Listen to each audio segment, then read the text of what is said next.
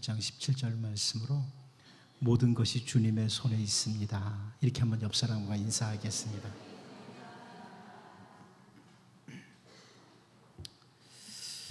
우리 주 예수님께서 제자들에게 진정으로 두려워해야 될 분이 누구냐, 이걸 확인하고 살도록 말씀해 주셨습니다. 마태복음 10장 28절 말씀이죠. 몸은 죽여도 영혼은 능히 죽이지 못하는 자들을 두려워하지 말고 오직 몸과 영혼을 능히 지옥에 멸하실 수 있는 이를 두려워하라. 세상에 아무리 대단한 힘을 가진 자라고 해도 우리가 그들을 두려워함으로 마땅히 걸어가야 할 길, 하나님의 백성으로서 마땅히 걸어가야 될 길을 놓치는 자가 되지 말라, 이런 말씀이죠. 그리고 주님은 바로 이어서 마태복음 10장 29절에서 우리가 잘 아는 말씀 주셨습니다. 참새 2마리가 한 아사리온에 팔리지 않느냐? 그러나 너희 아버지께서 허락하지 아니하시면 그 하나도 땅에 떨어지지 아니하리라. 아멘. 세상에 아무리 대단한 힘을 가진 자라고 해도 하나님 아버지의 허락이 없으면 하나님의 백성을 건드릴 수 없다. 아주 분명하게 보여주는 말씀입니다. 열왕기 기자는 우리가 지난주까지 살펴봤던 이 열왕기상 19장까지요 쭉 보면서 이 우상 숭배로 참 어둡게 만들었던 그 아합과 대결하는 엘리야 선지자의 모습, 이 모습을 19장까지 보여줬어요. 그런데 열왕기상 20장에 딱 들어서면서 그 아합과 대결을 하는 아람 왕 베나닷, 다시 말하면 베나닷 2세죠. 베나닷 2세와의 싸움을 갑자기 20장에서 기록하고 있어요. 19장까지는 이제 아합과 엘리야와의 이런 계속된 대결과 이런 문제들이 나오다가 이제는 20장에서 갑자기 이 아합과 아람 왕의 대결이 나옵니다. 자, 이렇게 열왕기 기자가 선지자 엘리야의 행적을 잠시 뒤로 미루고 아람과의 전쟁을 기록하는 데는 이유가 있는 겁니다. 성경이 그냥 대충 쓰고 싶은 거 쓰는 게 아니죠. 분명한 목적을 가지고 기록되어 있는 거예요. 하나님께서 엘리야를 비롯해서 다양한 사람들을 통해서 이스라엘이라는 나라, 이스라엘 백성들을 하나님의 백성답게 만들어 가겠다. 이게 이제 하나님의 계획, 19장에서 본 거죠. 하나님의 백성들은 하나님의 백성답게 만들어 간다. 이 하나님의 계획을 19장까지 봤어요. 그런데 오늘 본문에서 아람의 베나닷 2세가 막강한 군사력과 함께 이스라엘을 공격해 들어옵니다. 하나님께서 하나님의 백성들을 향해 가지시는 계획은 단순히 이스라엘 백성들, 하나님의 백성들이 잘못한다고 실수하고 죄를 짓고 넘어진다고 멸망시키는 게 하나님의 목적은 아니에요. 하나님의 계획이 아니에요. 아무리 범죄한 백성이라고 할지라도 하나님의 백성에 대해서는 멸망시키는 것이 목적이 아니라 올바른 백성들로 돌아서도록 하는 데 목적을 두고 계시죠. 그런데 제가 이 열왕기상을 계속 설교하면서 자주 말씀드렸지만 이 열왕기서, 이 오늘 본문을 처음 대하는 사람들은 어떤 사람들입니까? 아수르에 의해서 혹은 바벨론에 의해서 무너지고 흩어지고 포로가 된 그 상황에서 오늘 열왕기서를 처음 읽게 됐죠. 나라가 망하고 흩어져서 혹은 포로지에서 오늘 본문을 읽으면서 이스라엘 백성들이 뭘 배웁니까? 하나님께서 허락하지 않으시면 결코 하나님의 백성은 망하지 않는다. 이걸 배우는 거예요. 우리 오늘 본문 말씀을 통해서 하나님께서 허락하지 않으시면 단 한 마리의 참새도 땅에 떨어지지 않는다. 이 사실을 다시 한번 확인하면서 정말 우리는 두려워해야 될 자를 두려워하고 살아가는 하나님의 신실한 백성들로 우리 모두가 설 수 있기를 원합니다. 첫 번째로 우리는 오늘 본문에서 아무리 대단한 병력의 공격이라도 이것을 확인하게 됩니다. 우리 오늘 본문 1절을 같이 한번 읽어봅니다. 봅니다. 시작. 아람의 베나다드 왕이 그의 군대를 다 모으니 왕 32명이 그와 함께 있고 또 말과 병거들이 있더라. 이에 올라가서 사마리아를 에워싸고 그곳을 치며, 이 아람의 베나다시 군대를 모아서 이 이스라엘을 공격해 왔는데요, 그 군대를 보니까 32명의 왕이 있다. 그러니까 그 성읍들마다 왕이 있어서 연합국가죠. 그리고 말이 있고 병거가 있는 아주 대단한 병력의 군대라는 것을 1절에서 묘사해 주고 있어요. 이스라엘을 공격해 들어온 이 아람 왕의 군대는 대단한 병력의 군대입니다.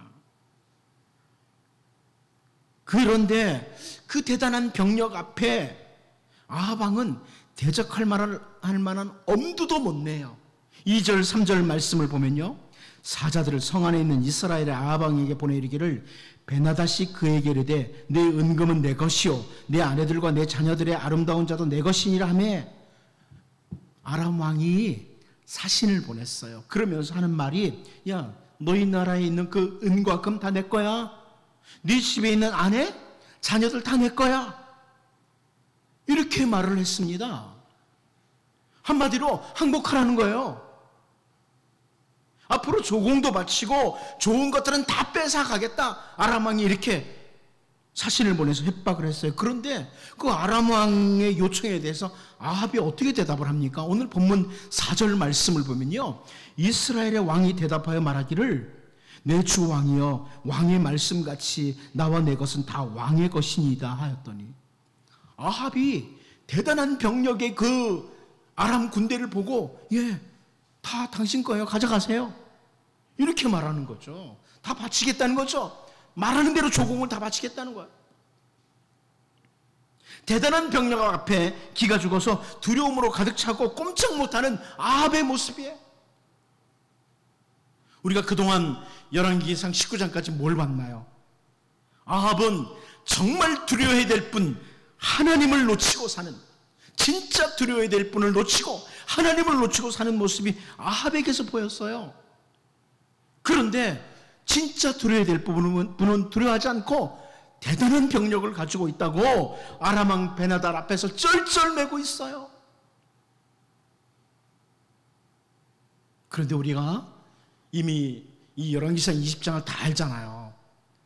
뒤에 보면 알지만 이 막강한 아람 군대가 이 대단한 병력을 동원해서 이스라엘을 공격해 왔지만 이스라엘이 이깁니다. 이스라엘이 이겨요.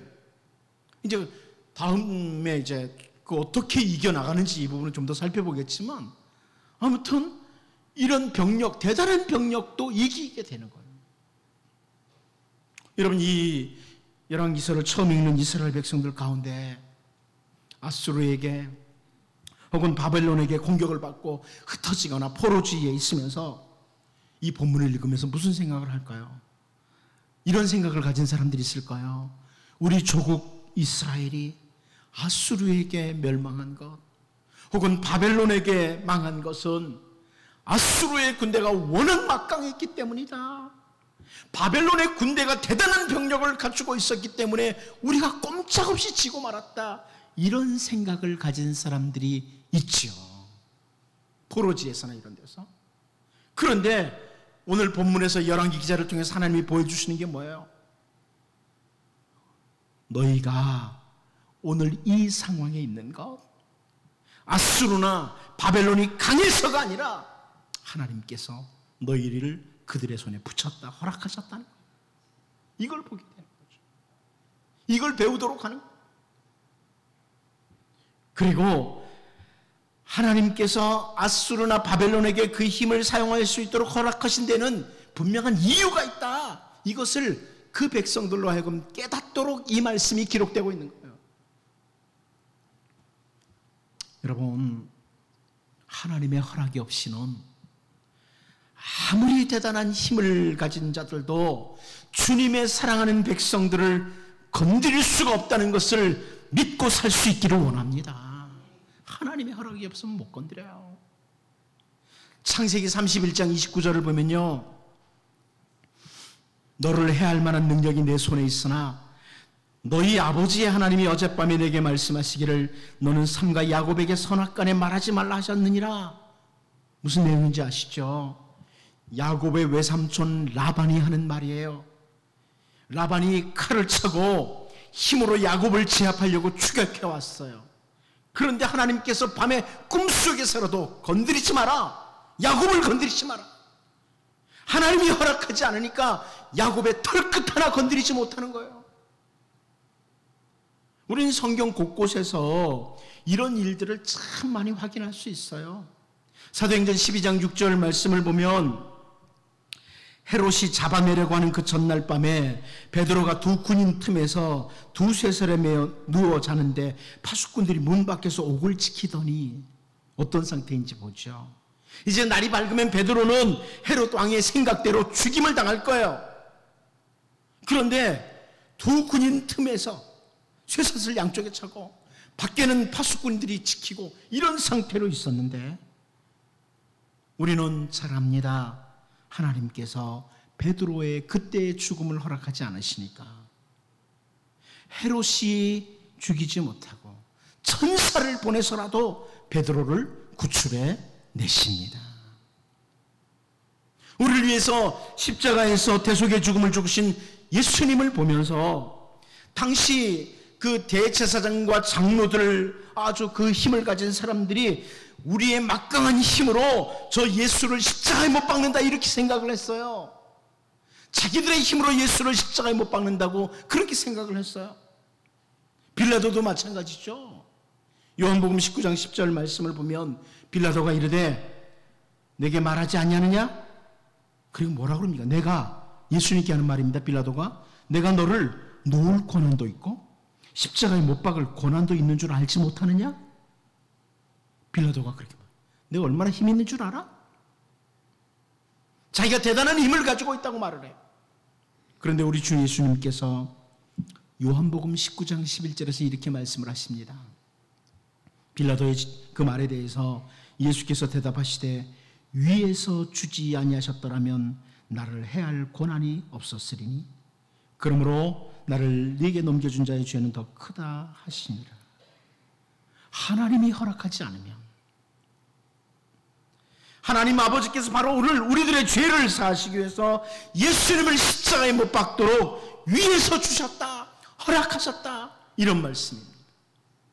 아람의 베나다시 아무리 막강한 군대를 가지고 혹은 아수르나 바벨론이 아무리 강하다고 할지라도 하나님께서 만일 허락하지 않는다면 주님의 백성들을 건드릴 자가 없습니다. 하지만 하나님께서 때로는 우리에게 아픔도 주시고 고통 가운데 내어주시는 것은 우리를 향하신 하나님의 더 큰 계획, 더 아름다운 계획으로 말미암아라는 겁니다. 선지자 이사야를 통해 주시는 말씀을 통해 이것에 대해서 잘 볼 수 있습니다.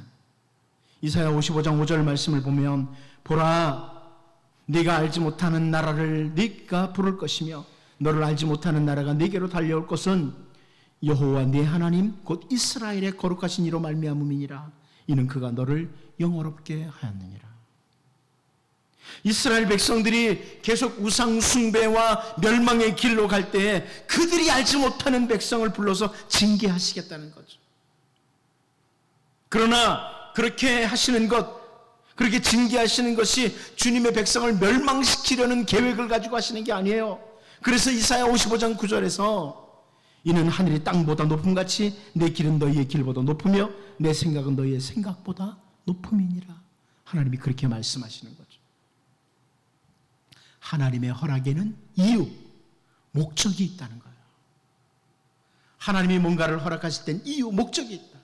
그러나 하나님이 허락하지 않으면 주의 백성을 그 막강한 병력을 가지고 있어도 건드리지 못한다.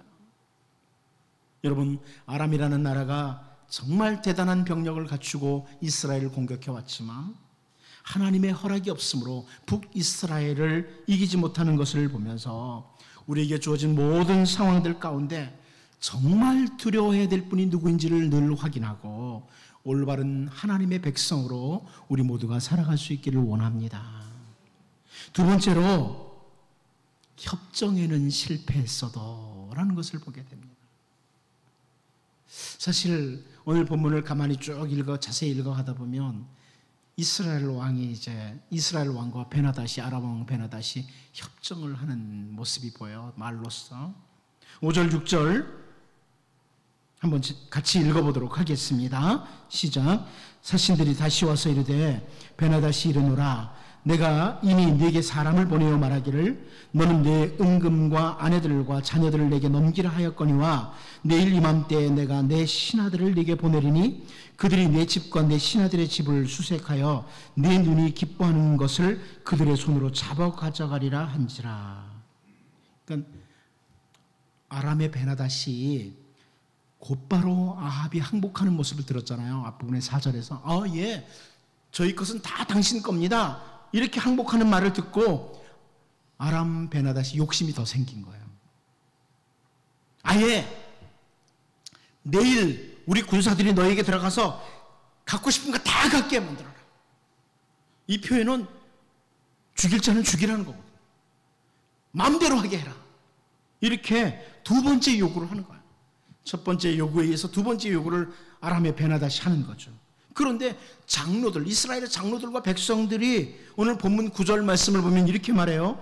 그러므로 왕이 베나다시 사신들에게 이르되 너희는 내 주 왕께 말하기를 왕이 처음에 보내 종에게 구하신 것은 내가 다 그대로 하려니와 이것은 내가 할 수 없나이다 하라니 사자들이 돌아가서 보고하니라. 장로들이 안 된다는 거예요. 처음 것은 된다. 그래, 우리에게 조공 바치려면 바치겠다. 그러나 그 아람 군대들이 와가지고 맘 놓고 다 가져가도록 이거는 안 된다. 이렇게 말을 한 거죠. 아합 왕이 베나다스에게 첫 번째 요구는 들어줄 수 있지만 두 번째 요구는 들어줄 수 없다. 한마디로 말하면 협상에 실패한 겁니다. 그 후에 오늘 본문 10절, 11절 내용은 뭐냐면 기싸움 하는 거예요. 이 협상이 결렬되는 거죠. 서로 정말 한번 해볼래? 막 이런 거죠. 야, 우리 군사들 중에 정말 부스러진 자가 너희들 채우지도 못한다. 뭐 이런 식으로 하면서 아합이 갑옷을 이제 입는 자가 갑옷 벗는 자처럼 말하지 말라고 뭐 이런 식으로 대답을 해요. 그런데 오늘 본문 12절 결국 뭡니까? 12절 말씀을 보면 그때 베나다시 왕들과 장막에서 마시다가 이 말을 듣고 그의 신하들에게 이르되 너희는 진영을 치라 하며 그 성읍을 향하여 진영을 치니라. 협상이 결렬된 거예요. 오늘 다시 우리가 본문을 처음 읽게 되는 포로지의 유다 백성들, 그들 가운데는 또 막강한 아수르의 군대, 바벨론의 군대 때문에 우리가 이렇게 됐다 이렇게 생각하는 사람들도 있겠지만 그때 아수르에게 망하기 전에 좀 협상 좀 잘하지. 아수르하고 바벨론하고 협상을 잘했더라면, 거기서 실패하지 않았다면 우리가 이렇게 망하진 않았을 거 아니야, 이렇게 생각하는 사람들도 있죠. 그런데 오늘 본문을 보면서 하나님의 백성들이 뭘 배웁니까? 협상에 실패해서 망한 것이 아니로구나. 아무리 협상에 실패해도, 아무리 말하는 기술이 부족해도 하나님께서 허락하지 않으면 하나님의 백성은 망하지 않는다는 것을 열왕기 기자는 오늘 본문을 통해서 확인시켜 주는 거예요. 여러분, 세상에 말 잘해야지 산다고 생각하잖아요. 수단이 좋아야지 산다고 생각하잖아요. 그런데 오늘 말씀은 그게 아니라는 거예요. 수단 좋은 사람만 살아남는 게 아니라는 거예요. 하나님이 허락하지 않으면 수단이 없어도, 협상 능력이 없어도 누구도 건드리지 못한다. 이 세상에 살아가는 동안에 정말 우리보다 말 잘하고 대단한 실력을 갖춘 사람들을 많이 볼 수 있습니다. 하지만 우리가 세상에 살면서 두려워하면서 살 이유가 없습니다. 사도행전 4장 13절 말씀을 보면요, 그들이 베드로와 요한이 담대하게 말함을 보고 그들을 본래 학문 없는 범인으로 알았다가 이상히 여기며 또 전에 예수와 함께 있던 줄도 알고 이런 표현이 나오죠. 당시에 대단한 지식과 말의 실력을 가지고 있던 사내들인 공회의 회원들이 베드로와 요한이 두려움 없이 말하는 것을 보고 이상하게 여기는 거예요. 본래 배운 것이 없는 천한 사람들인데 저 사람들. 그런데 이길 수가 없다는 거죠. 그 이유가 예수님과 함께 있는 자들, 다시 말해서 하나님께서 허락하지 않으실 때 이길 수가 없는 겁니다. 여러분, 오늘 본문을 보면 아합이 베나닷과의 협상에서 실패합니다. 그렇지만 이스라엘이 망하지 않습니다.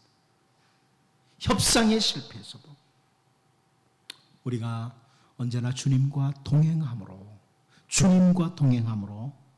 주님이 주시는 승리를 모든 삶에서 경험하며 살 수 있기를 원합니다. 마지막 한 가지 더 하겠습니다. 그러면 장로와 백성들의 죽을 각오로 싸워서 이스라엘이 이겼느냐 하는 거죠. 아합 왕이 말했을 때 그 장로와 백성들이 죽을 각오로 싸우자 이래서 이겼느냐. 오늘 본문 8절 말씀 같이 한번 읽어보겠습니다. 같이 봅니다. 시작. 모든 장로와 백성들이 다 왕께 아뢰되 왕은 듣지도 말고 허락하지도 마옵소서 한지라. 이 부분을 보면서 어느 구약학자가 이스라엘 백성들, 장로와 백성들이 정말 이 아람 왕의 요구를 거절하도록 한 것은 이제 죽을 각오로 싸우겠다. 자기네들의 싸울 의지를 보여준 거라고, 그 결과 승리했다고 기록한 책을 보았습니다. 제가 볼 땐 그렇지 않습니다. 오히려 열왕기 기자를 통해서 하나님께서 이 말씀을 기록하도록 하신 것은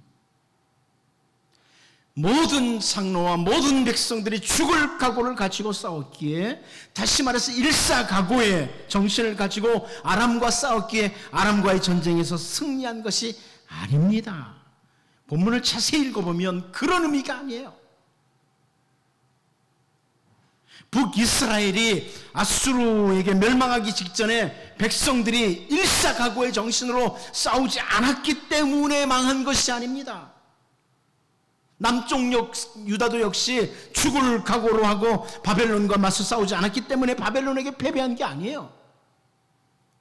아무리 장로들과 백성들이 모두 죽을 각오를 하고 32명의 왕과 함께 공격해오는 그 아람의 군대와 맞서 싸워도 하나님께서 허락하시면 아람 앞에요, 이스라엘은 바람 앞에 등불이에요.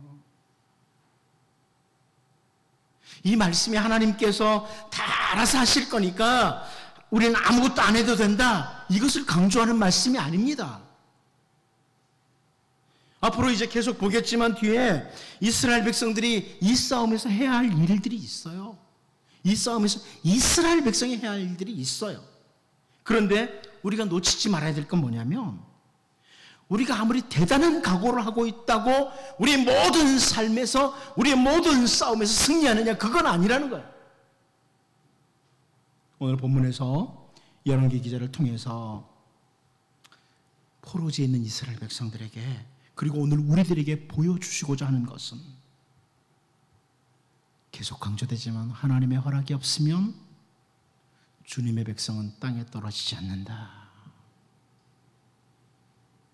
오늘 본문에서 이스라엘 모든 장로와 백성들이 죽을 각오로 하고 싸웠기에 승리한 것이 아니라, 열왕기상 19장에서 엘리야에게 말씀하신 것처럼 하나님의 오묘하고 아름다운 계획, 하나님의 위대한 계획, 이 계획이 있기에 아람에게 망하는 것을 하나님은 허락하지 않으신다.